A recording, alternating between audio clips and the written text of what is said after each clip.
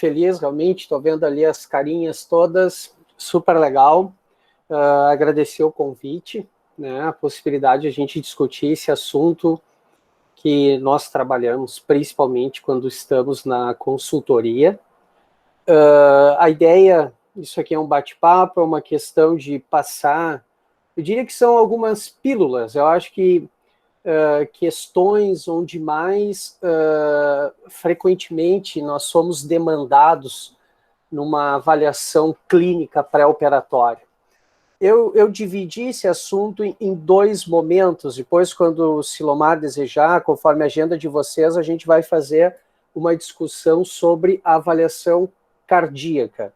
Hoje nós vamos falar um pouco sobre o que exatamente se fala menos, que é a avaliação pré-operatória, não das coisas cardíacas, mas de todos os outros sistemas. Eu me organizei aqui na tela. Se houver dúvidas durante a apresentação, por favor, digite no chat ali que eu estou vendo também, vocês fiquem à vontade para colocar as questões. Tá?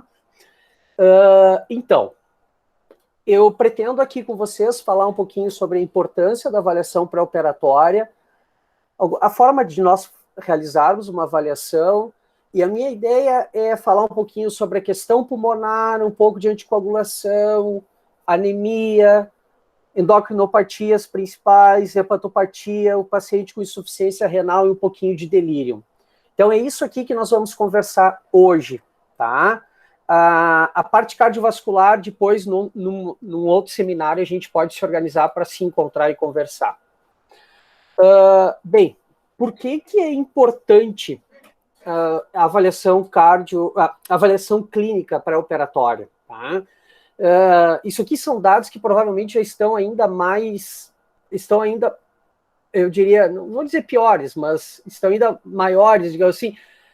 Cada vez mais, né, pessoal, os pacientes são operados, eles têm mais e mais comorbidades, tá? Nos Estados Unidos, onde se faz pouco mais de 40 milhões de procedimentos ano, 10 milhões são grandes procedimentos, entre elas 600 mil cirurgias cardíacas. Mais de um terço da população que vai ser submetida a esses procedimentos tem mais de 65 anos. Ou seja, nós sabemos que uma boa parte dos pacientes que vão ser submetidos a procedimentos cirúrgicos, eles têm comorbidades. E nós sabemos um outro ponto importante. A questão da avaliação clínica pré-operatória, ela não se limita somente àquele momento do paciente conseguir superar aquela internação que ele está tendo para uma cirurgia. Nós sabemos, e vocês veem isso nos pacientes de vocês, que uma complicação cirúrgica no período perioperatório é uma herança que o paciente pode levar por muito tempo. Tá? Um indivíduo que tem uma complicação respiratória maior, tem uma disfunção renal, isso não é uma coisa que fica restrita só àquela internação. O paciente ele vai demandar mais tempo para recuperar isso. Então é importante essa nossa atenção. E como é que começa a avaliação? A avaliação começa, obviamente, pela história clínica, pela anamnese. Tá? Nós temos que, na história clínica, ver a presença de sinais e sintomas que surgiram doenças cardiopulmonares. Importante na história ver a presença de fatores de risco para doença coronariana, para doença renal, para valvulopatias, pneumopatias, como história de asma, isso aqui é muito importante. Se já teve alguma história de convulsão, eu sempre chamo a atenção muito nesse sentido, tá? Questões de icterícia, se tem alguma história de sangramento, se já teve o tratamento de alguma doença grave. Então, tudo isso aqui nós tentamos levantar na história. Além da questão do uso de tabaco, do etilismo, isso aqui é muito importante, tá? Os pacientes, pela questão de abstinência na internação, pela questão de, eventualmente, nós termos que administrar vitamina B1 para esses pacientes no pós-operatório, porque eles podem estar no limite das suas reservas de B1, e aí o que acontece no pós-operatório? Eles ficam com aquele sorinho glicosado, com eletrólitos, e aquela reservinha de B1 que esses pacientes, né, com história de um consumo excessivo de álcool têm, aquela reservinha vai para o espaço e os pacientes manifestam insuficiências dessas vitaminas. Então, isso aqui é uma coisa importante. É importante também nós sabermos do conhecimento da história de implante, se o paciente tem um desfibrilador, se o paciente tem um marcapasso, isso aqui são dados importantes, presença de próteses. Mulher, né, não esquecer principalmente as mulheres em idade gestacional, né, nós temos que saber a data da última menstruação, o uso de anticoncepcional, isso é importante. Quando o paciente interna por uma cirurgia, nós precisamos saber do peso e altura do paciente, isso tem a ver com a dose de anestésico que eles vão usar, então isso é muito importante. Medicamentos que está usando, né, história de alergias, tá? E também a questão de procedimentos prévios na família. Por que isso aqui é importante? Porque é interessante nós perguntarmos na história sobre a história familiar, tá? Porque nós temos a questão da hipertermia maligna, que pode acontecer no pós-operatório, isso tem relação com o processo anestésico, isso parece que tem uma herança genética. Então é importante nós sabermos se alguém na família já teve alguma complicação nesse sentido anestésica, isso é muito interessante. A questão dos medicamentos, nós temos que saber os que os pacientes estão usando. Por exemplo, tem medicamentos que a gente não pode deixar de dar para os pacientes. Eu chamo a atenção, por isso que eu botei ali a história de epilepsia, tá? A principal causa de crise convulsiva no pós-operatório de um paciente que tem história de epilepsia é ele não ter recebido os seus remédios. Esses são remédios que o paciente deixa de tomar 1, 2 vezes, ele já vai ter problemas, né? Então, nós temos que saber muito bem os remédios que os pacientes estão sabendo. Quem passa na consultoria, eu sempre chamo atenção, na hora da anamnese, perguntar quais são os remédios e pergunta, o senhor usa alguma vitamina, alguma coisa? Por exemplo, ginkgo biloba. Ginkgo biloba, tá, que alguns pacientes usam, muitos deles, na cabeça deles, eles não consideram isso como um remédio. Tá? É uma vitamina que alguém diga, então eles até esquecem de manifestar para nós. Então a gente tem que perguntar, mas usa alguma coisa nesse sentido? Porque, por exemplo, que ginkgo biloba é importante? Porque ginkgo biloba e alguns outros fitoterápicos aumentam a chance de sangramento perioperatório. Tá? Muitas vezes os anestesistas, principalmente se o paciente usou até poucos dias, não acham uma boa ideia, por exemplo, fazer uma anestesia em neuroeixo em quem está usando ginkgo biloba. E muitas vezes essa informação nem vem na história. Então, se vocês estão frente a um paciente que vai fazer um procedimento eletivo, orientá-los a suspender esses fitoterápicos, ginkgo biloba, coisa assim, por exemplo, 14 dias antes do procedimento, tá? Então, essas informações são da história, tá? Por exemplo, nos Estados Unidos, os caras já, na sala de espera, submetem alguns questionários, assim, organizados já para os pacientes. Na nossa cultura aqui, a gente sabe que isso não funciona assim, mas isso é uma coisa que eu quero que vocês guardem na cabeça de vocês quando forem fazer uma avaliação em alguém que vai fazer uma cirurgia. Um pouquinho saindo da história, vamos falar um pouquinho sobre como é que os exames complementares, eles nos ajudam no manejo de alguém que vai fazer uma cirurgia. Quando nós vamos pedir algum exame complementar, nós temos que saber que temos questões de aumento de custos, nós temos a questão de tempo, e eventualmente nós estamos trabalhando com cirurgias que são tempo sensíveis, por exemplo, cirurgias oncológicas. Cirurgias oncológicas, a gente tenta acelerar o mais possível a questão da avaliação, tá? A gente tenta não retardar uma cirurgia oncológica, uma cirurgia de uma fratura, algo que tem que ser rapidamente resolvido, né? Então, a gente sabe que exames complementares podem atrasar a realização de procedimentos, trazem desconfortos aos pacientes. A literatura mostra que mais da metade dos exames solicitados, solicitados no esquema de rotina, eles acabam sendo desnecessários e mesmo legalmente eles não mudam o cenário. Menos de 5% dos exames que são solicitados mudariam alguma questão, por exemplo, legal nos Estados Unidos, que é muito isso chamativo. Aqui só falando algumas coisas, por exemplo, raio-x de tórax. Raio-x de tórax pedido no pré-operatório de rotina, se nós não estamos falando de uma cirurgia de tórax, tá? É óbvio, tá? Não é necessário ser solicitado, só se o paciente tem alguma queixa pulmonar que ainda não está diagnosticada, a causa dessa queixa. Aí a gente sabe que o raio-x de tórax pode ajudar. Eletrocardiograma de rotina. Se o paciente não tem história de cardiopatia, nenhuma queixa, alguns consensos mostram que até acima de 60 anos a gente poderia solicitar. assim como um hemograma, se o procedimento há uma perspectiva de grande perda de sangue. A questão de avaliação de hemostasia. Geralmente é uma questão que a gente faz uma avaliação na história, não com exames complementares. Então, aqui é uma tabela, vejam o quanto cada exame influencia no manejo. Se nós formos pedir hemoglobina no pré-operatório de rotina para todo mundo, ele vai influenciar no manejo em 0,1% dos casos. Então, por isso que a gente vai pensar em solicitar um hemograma, uma hemoglobina, antes de uma cirurgia, quando a gente imagina que a pessoa pode ter sintomas sugestivos de anemia, ou quando ele vai fazer um procedimento com uma expectativa grande de sangramento. Leucograma para todo mundo no pré-operatório.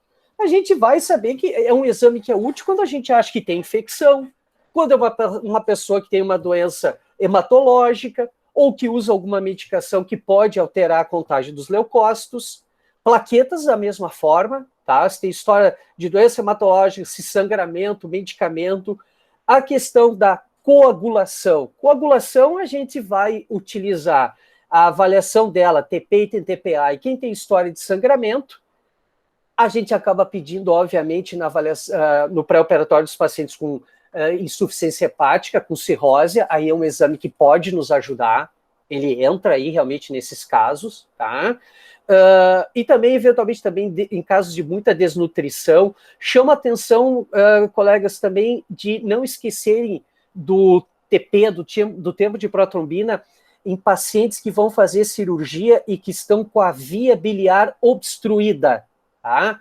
Pacientes com neoplasia, aqueles pacientes que estão com uma bilirrubina lá nas alturas, porque tem uma doença maligna da via biliar, uma doença maligna de pâncreas, esses pacientes eles já podem estar um pouco desnutridos, eles estão com a via biliar obstruída, e aí eles podem fazer deficiência de vitamina K e tá com o TP alargado. Tá? Então, esses são os pacientes que vale a pena a gente ter um TP, e se a gente acaba dando vitamina K, eles respondem, eles melhoram essa questão da coagulação. Eletrólitos, lembrar de pedir para quem? Para o renal crônico, para o paciente com insuficiência cardíaca, tá? Para pessoas, por exemplo, hipertensos, que estão usando um diurético, estão usando o inibidor da ECA, algum cardiopata que também usa esse tipo de medicação.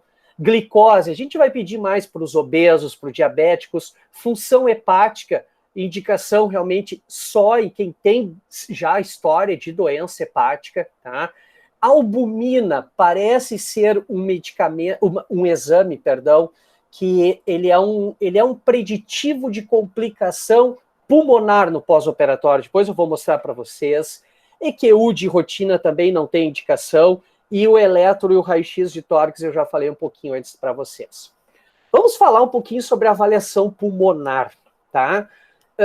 Eu diria que a gente tem um vício de ficar muito ligado a ter medo de complicações cardíacas no pós-operatório, mas as complicações pulmonares são tão prevalentes quanto e também podem ser muito graves. Então, eu sempre acho que a gente tem que lembrar muito desse sistema na hora de um perioperatório. E vejam como é um leque enorme de possibilidades. Vai desde atelectasias, pneumonia, insuficiência respiratória, descompensar um DPOC, um tromboembolismo pulmonar. A literatura mostra que em cirurgias de moderado grande porte, complicações respiratórias significativas pode acontecer em mais de 2% dos casos e é um preditor de mortalidade a longo prazo dos nossos pacientes. Bem, nós temos como identificar quem tem mais risco de desenvolver complicação pulmonar? Sim, nós temos, tá? E tem fatores que a gente sabe que nós não vamos, infelizmente, poder mudar. Por exemplo, quanto mais velho, mais risco, tá? Então, a idade é algo muito significativo. DPOC, insuficiência cardíaca, tabagismo também aumenta, mas nem tanto quanto a gente imagina, mais é pelas suas repercussões a longo prazo, como, por exemplo, o DPOC. Pessoal, uma coisa que interfere muito, e vocês sabem isso, vocês veem isso no dia a dia, é a questão de dependência funcional dos nossos pacientes. tá? Quanto mais dependente é o paciente para fazer suas atividades no cotidiano, maior é a chance dele desenvolver alguma complicação pulmonar no pós-operatório.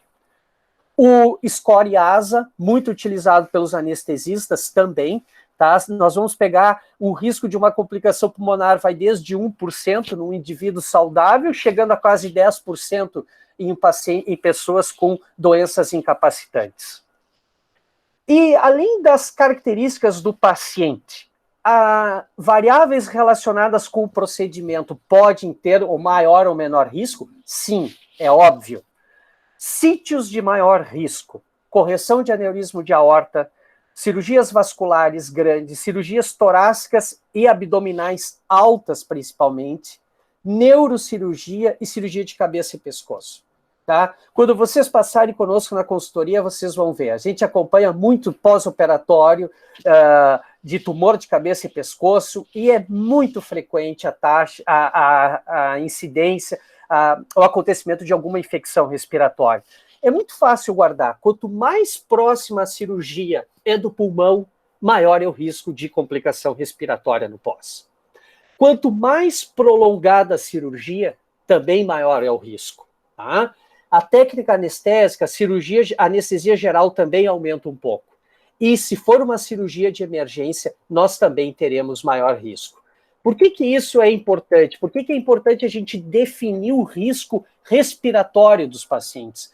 Porque nós podemos combinar com os nossos anestesistas. Por exemplo, a gente vai dizer, olha, vocês vão anestesiar um paciente que é pneumopata muito grave. Tá?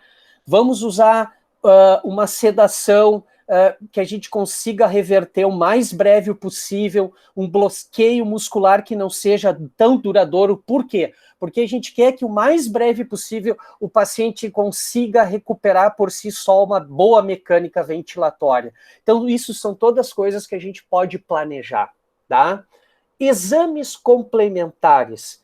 Se os nossos pacientes já têm os seus diagnósticos de pneumopatias firmados, estão com suas doenças estabilizadas e a cirurgia não vai ser no tórax, a espirometria e o raio-x de tórax não acrescentam informações prognósticas.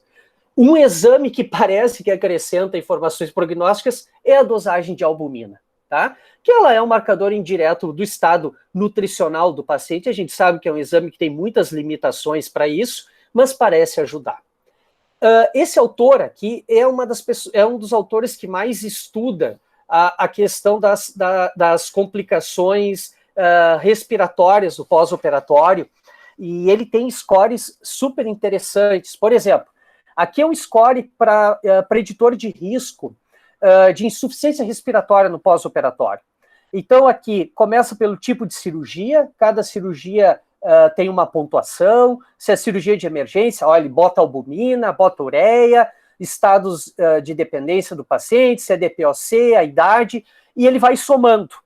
E conforme o total de pontos, o paciente ele vai entrar numa dessas classes. E veja que o risco de complicação, o risco de insuficiência respiratória, nós conseguimos, através desse score, estimar relativamente bem que pode ir de 0,5% a 30%. Tá?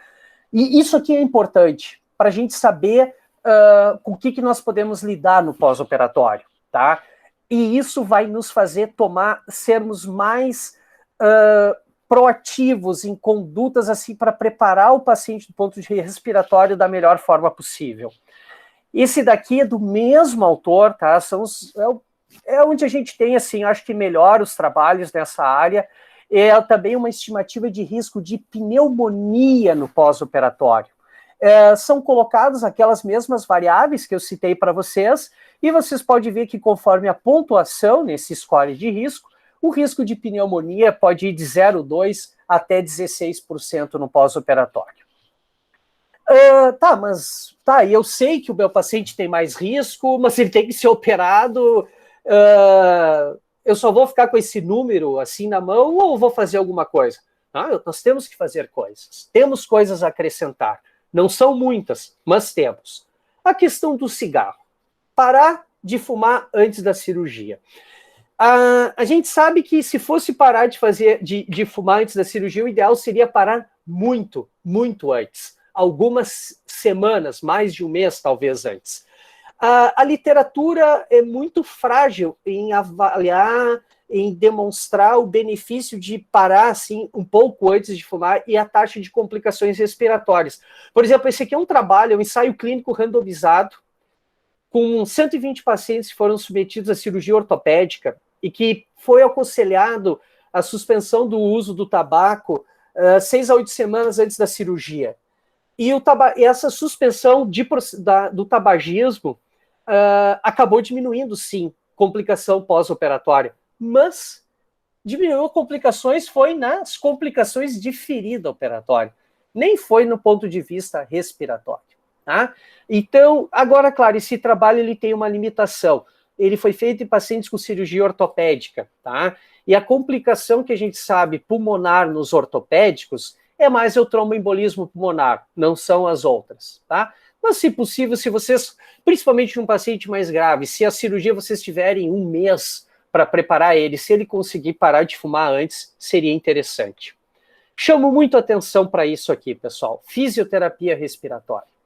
Tá? A literatura mostra sucessivamente o benefício da fisioterapia respiratória para reduzir complicações pulmonares.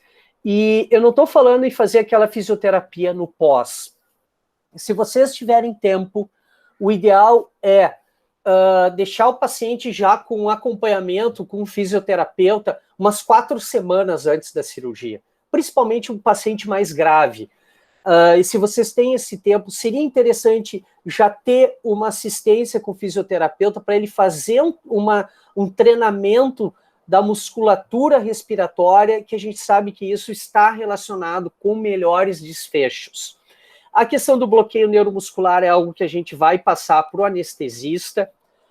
Uma boa analgesia é fundamental, tá? Chamo muita atenção dessa questão da analgesia.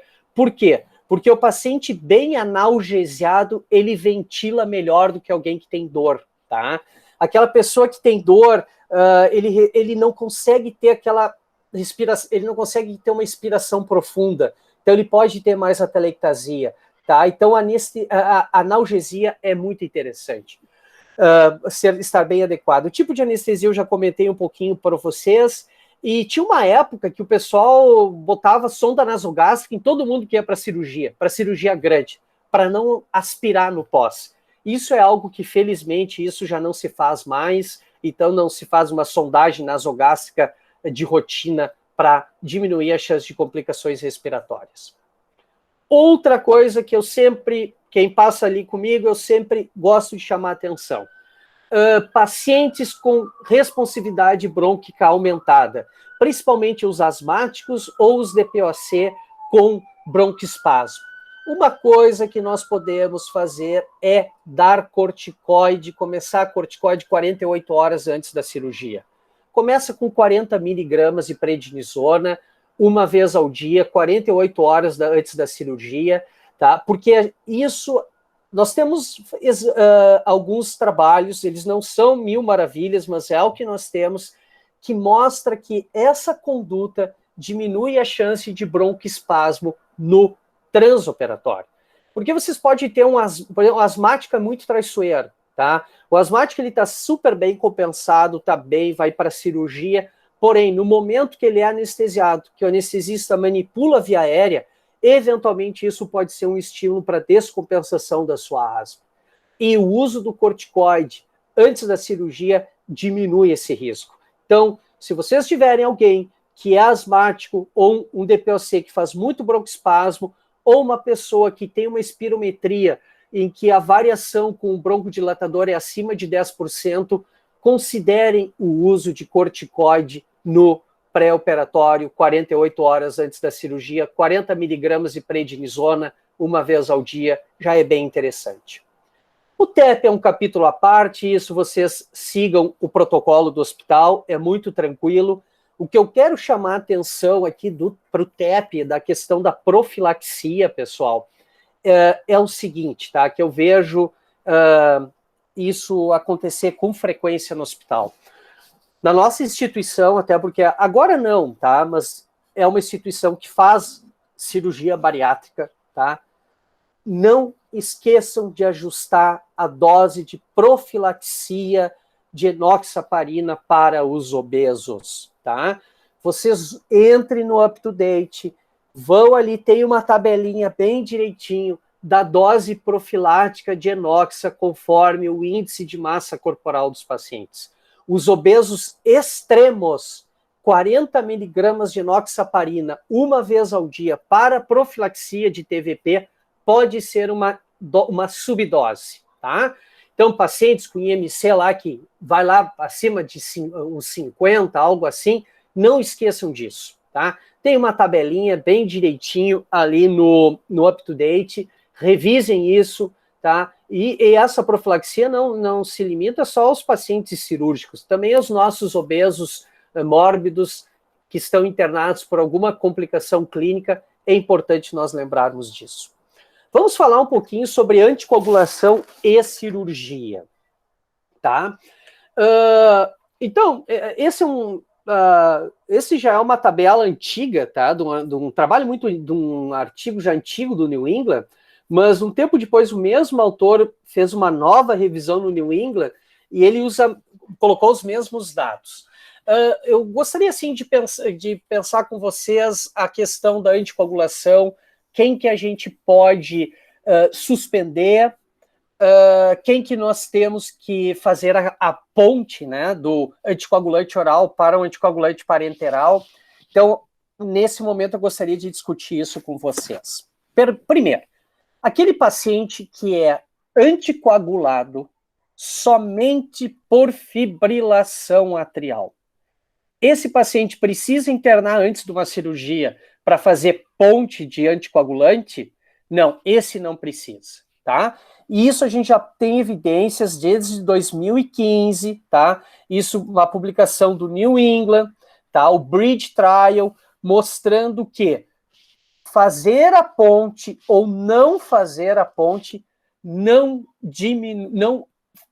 teve interferência na questão do risco de fenômenos tromboembólicos no perioperatório, né? A ponte, na verdade, aumentou sim, foi a taxa de sangramento. Então, aquele paciente que é anticoagulado só por FA não precisa fazer a ponte.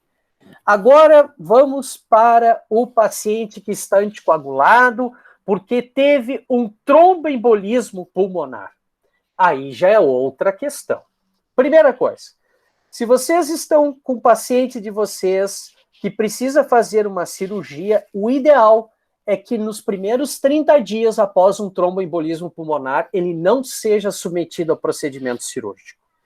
O ideal seria esperar pelo menos 60 dias, porque o risco desse paciente fazer um novo evento durante aquelas 48 horas que vocês vão ter que suspender a anticoagulação para a cirurgia, né? Eu digo 48 horas por quê? Vocês vão ter que suspender horas antes e não é logo saiu da sala de cirurgia, vocês já vão poder anticoagular. Esse período já pode ser de alto risco para os pacientes, tá? Então, aquele paciente que é anticoagulado por um TEP, o ideal é esperar pelo menos 30 a 60 dias para operar. Se não for possível, a gente pode considerar o uso de filtro de veia cava para proteger os pacientes nesse período. E se eles não estão nesse período, esses são pacientes que a gente geralmente vai ter que sim fazer a ponte, tá? A ponte de anticoagulação via oral para endovenosa. E o paciente que é anticoagulado porque ele tem prótese cardíaca, o que eu faço? Bem, depende da prótese e depende do paciente. Depende da prótese, porque depende de onde essa prótese está. A gente tem que saber o seguinte, que a prótese em posição aórtica é menos trombogênica que uma prótese em posição mitral, que é menos trombogênica que uma prótese em posição tricúspide. Mas por que isso? Simplesmente pela velocidade do fluxo naqueles pontos. Logo, os pacientes que têm prótese metálica aórtica, tá, e não apresentam esses fatores de risco que estão aqui descritos, como fibrilação atrial, embolia prévia, disfunção ventricular, alguma outra síndrome de hipercoagulabilidade, antigas, colocadas lá na década de 80, tá? Esses pacientes aqui, se eles tiverem uma prótese em posição aórtica, uma válvula, uma prótese metálica em posição aórtica, é o mesmo manejo que o paciente fibrilado. Agora, um paciente que tem uma prótese mecânica metálica em posição mitral já é outro mundo. E principalmente se ele tiver algum desses fatores de risco. Aí, esses pacientes aqui, nós teremos que fazer ponte. Então, o meu paciente tem prótese valvar, o que eu faço? Ponte ou não? Primeira coisa, tem que saber onde é que está essa prótese. Se ela é aórtica ou se ela é mitral. Segundo ponto, se for mitral, vocês já sabem, tem que fazer ponte. Se for aórtica, vocês vão ter que ter essas avaliações dos pacientes. Vocês vão ter que ver o eletro, se ele é fibrilado ou não. Vocês vão ter que saber da função ventricular do paciente, se ele já teve alguma embolia prévia, porque se ele não tiver nenhum desses fatores, vocês podem manejar eles como um paciente fibrilado. Então, isso aqui é algumas pílulas de anticoagulação no perioperatório. A questão de anemia e transfusão, isso aqui não é muito diferente da rotina, tá? A gente tenta manter aqueles nossos pacientes que são cardiopatas isquêmicos com uma hemoglobina acima de 8, 9, e quem não tem cardiopatia, a gente acaba seguindo o trigger para a transfusão ali, uma hemoglobina em termos de ali por volta de 7. Vamos falar um pouquinho sobre endocrinopatias e cirurgias. Bem, aqui a gente vai mais lidar são com os nossos pacientes diabéticos que são submetidos aos procedimentos. Aqueles que usam hipoglicemiantes orais, a gente recomenda suspender no dia, tá? Reintroduzi-los assim que o paciente estiver com dieta. O metformina, principalmente quando o paciente vai ser submetido a uma cirurgia maior, como disse o Francisco e o Sérgio esse mês, pela lenda do risco do medo da acidose lática, a gente acaba suspendendo um pouquinho antes essa droga. Os usuários de insulina, ali vocês podem ver no slide, algum esqueminha, tá? Um paciente está esperando uma cirurgia, já está na UTI, a gente pode deixar a insulina em bomba. Quem está no andar ou vai vir de casa, a gente pede para o paciente usar 2/3 da dose noturna, que antecede o procedimento, e metade da dose na manhã da cirurgia, tá? Isso aqui varia muito os casos, mas esse é basicamente aí o manejo das drogas que nós temos. Chamo atenção para hipotireoidismo e cirurgia, tá? Os pacientes hipotireoideus, principalmente quem está com o hipotireoideu, se ele tiver sintomático do hipotireoidismo, ou se tiver com TSH muito alto, isso eu estou falando assim, daí um TSH acima de 20, é um paciente que tem mais risco de hipotensão no pós-operatório, maior chance de ílio no pós-operatório, eles demoram mais para acordar da anestesia. Então, se for uma cirurgia eletiva, o ideal é que nós retardemos um pouco a cirurgia, compensar o paciente do quadro da tireoide, para daí ele fazer o procedimento em melhores condições. E o hipertireoidismo? Bem, o hipertireoidismo, nosso medo é da crise tirotóxica e das taquiarritmias. Se nós não temos tempo de colocar o paciente hipertireoideu no estado eutireoideu, a gente lança muito a mão, né, no pré-operatório do beta-bloqueador, né? É uma droga que a gente vai usar exatamente para controlar essas questões hemodinâmicas, tá? Então, acho que essas são as principais questões aí no paciente com doença de tireoide. Aqui, são inúmeros os casos em que nós atuamos na consultoria e mudou muito a perspectiva dos nossos pacientes, que é a questão de corticoide e cirurgia, tá? Lembrar disso, principalmente assim, ó, paciente da reumatologia, paciente da pneumologia, esses são pacientes que têm mais chance de estarem usando corticoide cronicamente a longo prazo, né? Então, esses pacientes nós temos que estar muito atentos para ver se eles andam usando esses remédios ou não. Por quê? Quando a gente vai fazer uma cirurgia, a cirurgia não deixa de ser um grande trauma, a adrenal e a fisiológica, ela tem que aumentar a produção de corticoide. Isso, eventualmente, tem que chegar quase 10 vezes mais a produção. E se o indivíduo for um usuário crônico de corticoide, o eixo pode estar inibido ele não vai produzir corticoide de forma adequada e ele vai fazer insuficiência adrenal no pós-operatório. Então, nós temos que nos antecipar a isso. Então, vejam aqui. Conforme o porte da cirurgia, nós vamos tomar uma conduta.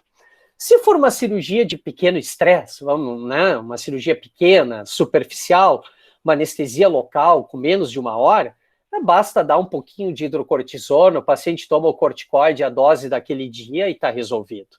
A maior parte das cirurgias vão estar num porte moderado, bastará a gente usar hidrocortisona 50, 75 miligramas, tá, de 8 em 8 nas primeiras 24 horas, depois já dá para ir reduzindo. As grandes cirurgias a gente vai precisar usar pelo menos 50 de 8 em 8, às vezes por mais de 48 horas. Vocês vão me dizer, tá, e quando é que eu posso começar a reduzir esse corticoide? A gente vai sentindo o paciente, a gente vai monitorando muito o estado hemodinâmico dele, como é que está a pressão, como é que está a frequência, tá? Então a gente vai seguindo muito essas variáveis para ver quando nós vamos poder diminuir essas doses. Entrando em algumas insuficiências crônicas e, infelizmente, cada vez mais prevalentes. A hepatopatia crônica, tá? A cirrose. Essa, a gente sabe, assim, é um paciente que sempre nos preocupa muito, tá? Em linhas gerais, o paciente cirrótico, um Child C, tá? Então, primeiro, quando vocês vão avaliar alguém com cirrose, vocês têm que ter o Child dele, tá? Vocês vão ter que ter os exames que vão permitir vocês classificarem o paciente naquele momento um Child. Child C, a gente vai submeter um paciente Child C a uma cirurgia só se for assim algo extremamente importante para o paciente, que ele precisa realmente fazer um procedimento. Por quê? Porque tem séries de casos mostrando que a mortalidade nesse grupo de pacientes pode chegar a quase 50%. Tá? O Child B já é bem mais tranquilo, mas é um paciente que nós vamos submetê-lo à cirurgia. Realmente, se for o paciente está com tumor, precisa operar, né? Está com uma doença inflamatória abdominal, uma fratura de um fêmur, bem, é um procedimento importante e vai. Mas a gente sabe que é um paciente de risco. O Child A, geralmente, é um paciente que vai mais tranquilo, tá? Então, o hepatopata é isso. A gente tem que estimar dessa forma, o Child já nos dá uma boa ideia. E o que acontece nessa doença? A gente fica meio de mãos amarradas, porque diferente da pneumopatia que eu mostrei para vocês, scores de riscos e condutas que nós podemos tomar, na hepatopatia crônica não tem muito o que a gente fazer, né? Não tem muito o que a gente mudar no tratamento dos pacientes, né? Nós temos que ficar preparados de que eles têm mais chance de precisar de transfusão, vão descompensar da ascite, ficar de olho para o paciente não desenvolver uma encefalopatia hepática, mas não vai nada além disso. A insuficiência renal, nós temos que respeitar muito, tá? Por quê? Primeiro que quem tem insuficiência renal crônica, geralmente é diabético e hipertenso, que também são marcadores, fatores de risco para doença aterosclerótica, tá? Então já é um paciente que a gente olha com reserva. E o que é importante para o renal crônico? Nós temos que saber que o renal crônico, ele é um imunossuprimido, então ele vai ter mais risco de infecção, ele sangra mais, porque apesar de suas contagens plaquetárias estarem normais, é uma plaqueta que qualitativamente ela não é perfeita, e nós temos que ficar muito de olho, principalmente no potássio, tá? Por quê? O perioperatório é um ambiente maravilhoso para aumentar potássio. É transfusão, é hemólise, é hematoma, é trauma muscular, é acidose, são todas variáveis que aumentam o potássio. Então, um renal crônico que vai ser submetido a uma cirurgia, nós temos que ter dosagem de eletrólitos realizada há poucos dias, tá? Isso faz parte da nossa segurança. E a segurança do paciente. E aquele paciente que está em diálise, o que a gente faz? O ideal é ele ser dialisado o mais próximo possível da cirurgia, tá? Agora o Francisco está acompanhando o paciente da consultoria, um senhor que hoje ia fazer uma cirurgia ortopédica, hoje à tarde, ele foi ele fez a hemodiálise hoje de manhã, tá? Então, quanto mais a gente consegue organizar melhor com o nefrologista isso, a diálise mais próxima da cirurgia, melhor é para o paciente. E terminando essa nossa passagem geral de medicina interna e cirurgia, eu vou falar um pouquinho sobre delírio, tá? Delírio também é uma ocorrência muito comum no pós-operatório. E nós temos uma população, por exemplo, que a gente acompanha no comanejo, né, dos casos ortopédicos, principalmente no quadril, que compreende o quê? Pacientes idosos, muitos já com algum grau de demência. E a literatura mostra que tem algumas situações que eu diria assim que é quase que a regra que o paciente vai fazer algum grau de delírio. E é importante isso, a gente passar isso principalmente para o familiar, tá? Porque o familiar vai se assustar no pós-operatório, quando chega da cirurgia, aquele seu idoso, familiar frágil, sonolento, ou começando a não reconhecer família, não saber onde está. Então a gente já antecipa a família. Olha, há uma boa chance que nos primeiros dias ele vai ficar um pouquinho atrapalhado, às vezes até muito atrapalhado, né? Porque a gente sabe que delírio, em algumas situações, mais da metade dos pacientes vão fazer, tá? O delírio, infelizmente, está relacionado com um prognóstico pior, né? Mas nós temos o que fazer, tá? E o que nós temos que fazer são coisas muito simples, o que eu chamo, entre aspas, de cuidar bem dos velhinhos, tá?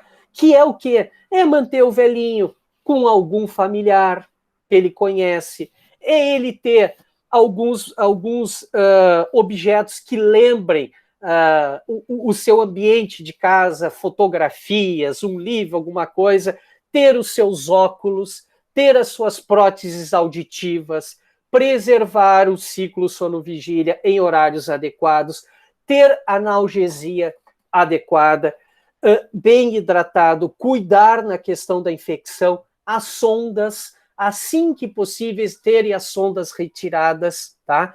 Se tem um dos fatores que está mais relacionado com delírio no homem é a presença de sonda vesical, tá?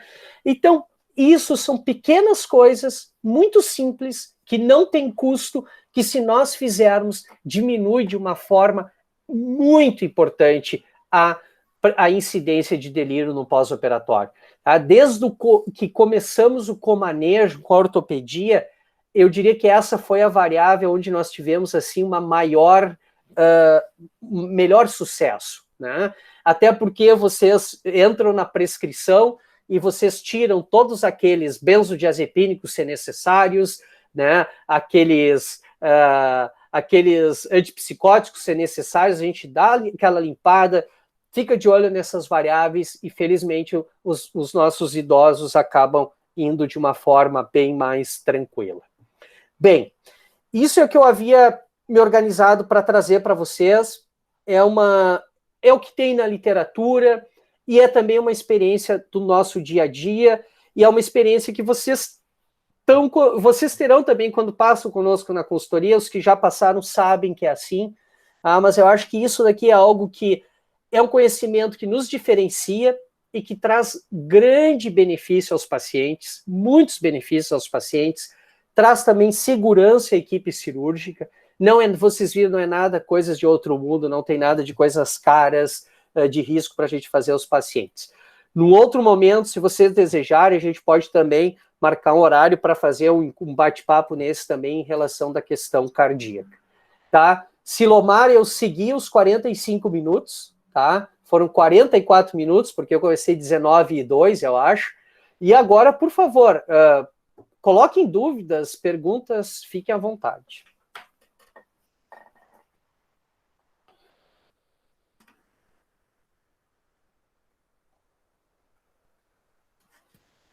André, boa pergunta, tá? Se deixa reserva, tá? Esses são pacientes que a gente não vai conseguir, assim, ó, se é um hepatopata, tá? Que vai fazer uma cirurgia grande e ele tá entrando numa cirurgia com uma hemoglobina de 8, tá? Tu já consegue ter uma liberação do banco de sangue, tudo já para, por exemplo, já fazer uma bolsa de sangue antes, tá? Mas se ele está entrando numa cirurgia com uma hemoglobina de 10, aí não há necessidade. Mas, obviamente, é um paciente que nós vamos, sim, deixar uma reserva, sem dúvida, tá? Renal crônico, que vai fazer uma cirurgia vascular, e boa parte, por exemplo, dos vasculares, vão fazer cirurgia de aorta, bypass, eles são renais crônicos, também vão ter reserva. A gente vai ter reserva para cirurgia grande de fêmur. E o hepatopata, acho que foi muito legal esse detalhe que tu trouxeste. Sim, é um paciente que a gente, dependendo do procedimento, ele vai sim, a gente vai ter que ter reserva. E se a hemoglobina dele já está muito próximo ali do gatilho de uma transfusão, não é nenhum absurdo a gente já fazer sim alguma transfusão antes. Tá? Que mais? Falem aí. Ou estão tudo com só botar as carinhas aí